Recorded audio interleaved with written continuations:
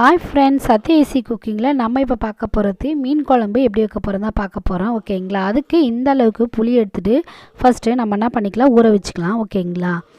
அது ஊறிக்கிட்டே இருக்கட்டும் ஒரு ஓரமாக. ஓகேங்களா? இப்போ குழம்பு எப்படி வைக்குதுன்னு பார்க்கலாம். அதுக்கு முன்னாடி நம்மளோட சேனல் சப்ஸ்கிரைப் பண்ணாமல் தான் கண்டிப்பாக சப்ஸ்கிரைப் பண்ணிக்கோங்க. Sathya easy cooking. ஓகேங்களா? இப்போ ஒரு பாத்திரம் எடுத்துக்கலாம். அந்த பாத்திரம் நல்லா சூடானதும் நம்ம ஃபஸ்ட்டு இந்த அளவுக்கு எண்ணெய் ஊற்றிக்கலாம். ஓகேங்களா? இப்போ தேவையான அளவுக்கு எண்ணெய் ஊற்றுனதுக்கப்புறமா எண்ணெய் நல்லா சூடானது நம்ம கொஞ்சமாக சோம்பு போட்டுக்கலாம். ஓகேங்களா?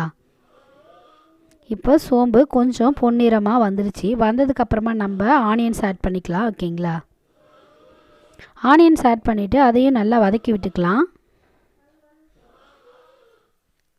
நல்லா கொஞ்சம் கலர் சேஞ்ச் ஆகிற அளவுக்கு நம்ம வதக்கி விட்டுக்கணும். ஓகேங்களா? இப்போது நல்லா வதங்கி வருது. ஆனியன்ஸ் கொஞ்சம் வதங்கி வரத்துக்காக சால்ட் ஆட் பண்ணிக்கலாம். ஓகேங்களா? கொஞ்சம் டேஸ்ட்டாகவும் இருக்கும், அதே சமயம் நல்லாவே சீக்கிரமாக வதங்கி வரும். ஓகேங்களா? ஆனியன்ஸு அதுக்காக தான் நம்ம சால்ட் ஆட் பண்ணிக்கிறோம். இப்போ கொஞ்சமாக கருவேப்பிலை ஆட் பண்ணிக்கலாம். இந்த கருவேப்பிலையும் நல்லா வதக்கி விட்டுக்கலாம். ஓகேங்களா? இப்போ கருவேப்பிலையும் வெங்காயம் நல்லா கொஞ்சம் வதங்கி வரட்டும். இப்போ இந்த அளவுக்கு வெங்காயம் நல்லா வதங்கி வந்துருச்சு. ஓகேங்களா? வதங்கி வந்ததுக்கப்புறமா நம்ம தக்காளி ஆட் பண்ணிக்கலாம். ஓகேங்களா? தக்காளி ஆட் பண்ணிவிட்டு தக்காளியும் நல்லா மெல்ட் ஆகி வர அளவுக்கு நல்லா வதக்கிக்கணும் தக்காளியை. அப்போ தான் டேஸ்ட்டு ரொம்பவே நல்லாயிருக்கும் மீன் குழம்புக்கு. ஓகேங்களா? தக்காளி வதங்கிறதுக்கு கொஞ்சம் டைம் எடுக்கும், ஆனாலும் நல்லா தக்காளியை வதக்கிக்கணும். ஓகேங்களா? இப்போ தக்காளி ஓரளவுக்கு வதங்கினதுக்கப்புறமா நம்ம கொத்தமல்லி ஆட் பண்ணிக்கலாம். கொத்தமல்லி தக்காளியும் சேர்த்து நல்லா வதக்கிக்கலாம். ஓகேங்களா? இப்போது கேஸை கொஞ்சம் அதிகமாக வச்சுட்டு தக்காளியை நல்லா வதக்கி விட்டுக்கலாம். ஓகேங்களா? தக்காளி கொஞ்சம் கொஞ்சமாக தான் வதங்கி நல்லா வரும். ஓகேங்களா? நல்லா மெல்ட் ஆகிற அளவுக்கு தக்காளியை நல்லா வதக்கினா தான் குழம்பு ரொம்பவே டேஸ்ட்டாக இருக்கும். ஓகேங்களா? அதுக்கு தக்காளி ஒரு பக்கம் வதங்கிட்டே இருக்கட்டும். நம்ம இப்போ என்ன பண்ணிக்கலாம், ஊற வச்ச அந்த புளியை நல்லா கரைச்சி எடுத்துக்கலாம். ஓகேங்களா? இப்போது நல்லா கரைச்சிட்டு ஒரு ஃபில்ட்ரு வச்சு நம்ம என்ன பண்ணிக்கலாம், அதை வடிகட்டிக்கலாம். அப்படி இல்லைன்னா கையில் கூட நீங்கள் வடிகட்டிக்கலாம். அதனால் ஒரு ப்ராப்ளமும் இல்லை. ஓகேங்களா? இப்போ இந்த புளியை திரும்பவும் நம்ம எடுத்து அதே கிண்ணத்தில் போட்டுட்டு மறுபடியும் அதை கரைச்சி ஃபில்ட்ரு பண்ணிக்கலாம். ஓகேங்களா? இந்த மாதிரி அந்த புளி எந்த அளவுக்கு இருக்கோ அதுக்கேற்ற மாதிரி நம்ம கரைச்சி எடுத்துக்கலாம். ஓகேங்களா? இப்போது நான் எல்லா புளியும் நல்லா அந்த இதுவை கரைச்சிட்டு இப்போது இதுக்கு தேவையான அளவுக்கு உப்பை ஆட் பண்ணிட்டேன். உப்பை ஆட் பண்ணிவிட்டு இதுக்கு தேவையான அளவுக்கு நம்ம என்ன பண்ணிக்கலாம், காரம் ஆட் பண்ணிக்கலாம். ஓகேங்களா? நான் குழம்பு மிளகாத்தூள் தான் ஆட் பண்ணியிருக்கேன். நீங்கள் உங்கள் காரத்துக்கு ஏற்ற மாதிரி மிளகாத்தூள் ஆட் பண்ணிவிட்டு நல்லா மிக்ஸ் பண்ணி விட்டுக்கலாம். மீன் குழம்புக்கு இந்த புளியும் இந்த மிளகாத்தூள் இந்த உப்பு இது மூணுமே ரொம்ப கரெக்டாக இருக்கணும். அப்போ தான் மீன் குழம்பு ரொம்பவே டேஸ்ட்டாக இருக்கும். ஓகேங்களா?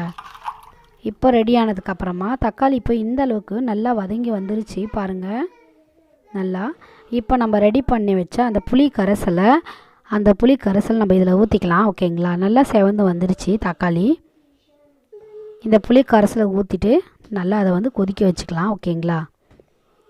இப்போது ஊற்ற போகிறோம். இப்போது ஊற்றியாச்சு. ஓகேங்களா? அந்த கரைசலை இதில் ஊற்றிட்டு நல்லா மிக்ஸ் பண்ணி விட்டுக்கலாம். ஓகேங்களா? மீன் குழம்புக்கு இந்த மாதிரி நம்ம முன்னாடியே மிளகாத்தூள் கரைச்சி வச்சுட்டு எடுத்து கரெக்ட் பண்ணிவிட்டு அதுக்கப்புறம் எடுத்து ஊற்றும் பொழுது அதோட டேஸ்ட்டு ரொம்பவே நல்லாயிருக்கும். ஓகேங்களா? இப்போ எல்லாத்தையும் மிக்ஸ் பண்ணிவிட்டு கொஞ்ச நேரம் நம்ம என்ன பண்ணிக்கலாம், தட்டு போட்டு மூடி வச்சிடலாம். ஓகேங்களா? போட்டு நல்லா மூடிட்டு குழம்பு நல்லா கொதிக்க வச்சுக்கலாம். ஓகேங்களா? நல்லா கொஞ்சம் ட்ரை ஆகி வரணும், அது வரைக்கும் கொதிக்கிட்டோம். ஓகேங்களா? இப்போ குழம்பு இந்த அளவுக்கு கொதித்து கரெக்டாக வந்துருச்சு. இதுக்கப்புறமா நம்ம என்ன பண்ணிக்கலாம், ஃப்ளேவருக்காக இஞ்சியை இந்த மாதிரி உரிச்சு லேசாக தட்டினா மட்டும் போதும். ஓகேங்களா? கொஞ்சம் கொதித்து வந்த பிறகு இஞ்சியை நம்ம இது மாதிரி ஆட் பண்ணிக்கலாம். ஓகேங்களா? நம்ம முன்னாடியே போட்டோன்னா அது கொஞ்சம் கசப்பு தன்மை இருக்கும். அதனால் இப்போ பச்சை மிளகாவும் ஆட் பண்ணிக்கலாம். ஆட் பண்ணிவிட்டு ஜஸ்ட்டு லைட்டாக கொதிக்க வச்சுக்கலாம். ஓகேங்களா? இஞ்சி போட்டதுக்கப்புறமா இஞ்சி போட்டதுக்கு முன்னாடியும் இஞ்சி போட்டதுக்கப்புறமாவும் குழம்பு டேஸ்ட் அப்படியே டோட்டலாக மாறிடும். ரொம்பவே நல்லாயிருக்கும். நீங்கள் வேணால் இஞ்சி போட்டு கொஞ்சம் நேரம் கழிச்சு டேஸ்ட் பாருங்கள், அதோட ஃப்ளேவர் வந்து சூப்பராக இருக்கும் பாருங்கள். ஓகேங்களா. இப்போ கொஞ்ச நேரம் தட்டு போட்டு கொதிக்கட்டும். மூடிட்டு கொஞ்சம் குழம்போட கன்சிஸ்டன்சி கரெக்டாக வந்ததுக்கப்புறமா நம்ம என்ன பண்ணிக்கலாம், இப்போ நான் வந்து ஜிலேபி மீன் தான் வாங்கியிருக்கேன். ஓகேங்களா. ஜிலேபி மீனில் எந்த மீனாக இருந்தால் இந்த மாதிரி ப்ராசஸ்லேயே நீங்கள் மீன் குழம்பு வைக்கலாம், நல்லாவே இருக்கும். ஓகேங்களா. நம்ம வந்து இப்போ வந்து குழம்பு கொதித்து கரெக்டான ஒரு கன்சிஸ்டன்சிக்கு வந்துடுச்சு. மீன் போட்ட உடனேயே நம்ம வந்து கேஸை வந்து ஸ்லோ பண்ணிடணும், இல்லைனா மீன் வந்து உடஞ்சிரும். அதனால் குழம்பு வந்து கரெக்டாக இந்த மாதிரி கன்சிஸ்டன்சிக்கு ரெடியானதுக்கு அப்புறமா தான் நம்ம வந்து மீன் போடணும். மீன் போட்டதுக்கப்புறமா நம்ம எக்காரணத்து கொண்டு குழம்ப வந்து அதிக இதில் வச்சுட்டு நம்ம வந்து கொதிக்க வைக்கவே கூடாது. ஓகேங்களா. மீன் போட்டுட்டு ஜஸ்ட்டு மிக்ஸ் பண்ண உடனேயே கேஸை வந்து நம்ம வந்து கம்மி பண்ணிடணும். ஓகேங்களா. இப்போ நம்ம வந்து ஒரு மீனாக ஆட் பண்ணிக்கலாம். ஓகேங்களா.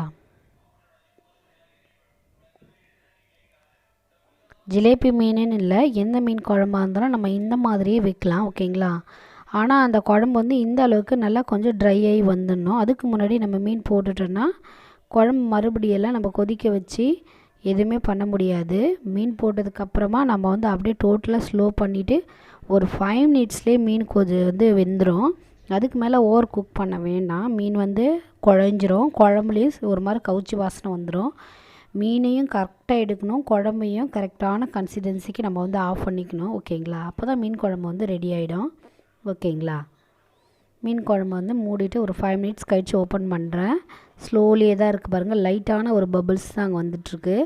மீன் வந்து இந்த இதுலேயே வந்து குக் ஆகிடும், நம்ம எதுவுமே பண்ண தேவையில்லை. ஓகேங்களா. இப்போ பாருங்கள், மீன் நல்லா சூப்பராக குக் ஆகி வந்துடுச்சு. குழம்பும் நல்லா கன்சிஸ்டன்சிக்கு கரெக்டாக இருக்குது. ரொம்ப சூப்பராக நல்லாயிருக்கும் மீன் குழம்பு. நீங்களும் இந்த மாதிரி ரெசிப்பியை கண்டிப்பாக ட்ரை பண்ணி பாருங்கள்.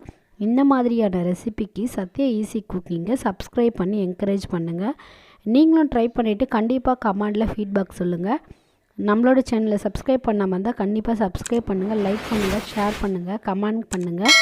கண்டிப்பாக பெல் பட்டன் அழுத்த மறந்துடாதீங்க. ஓகேங்களா. தேங்க்யூ. மேலும் வேறு ஒரு டிஷ்ஷோட கண்டிப்பாக நான் உங்களை சந்திக்கிறேன். பாய்.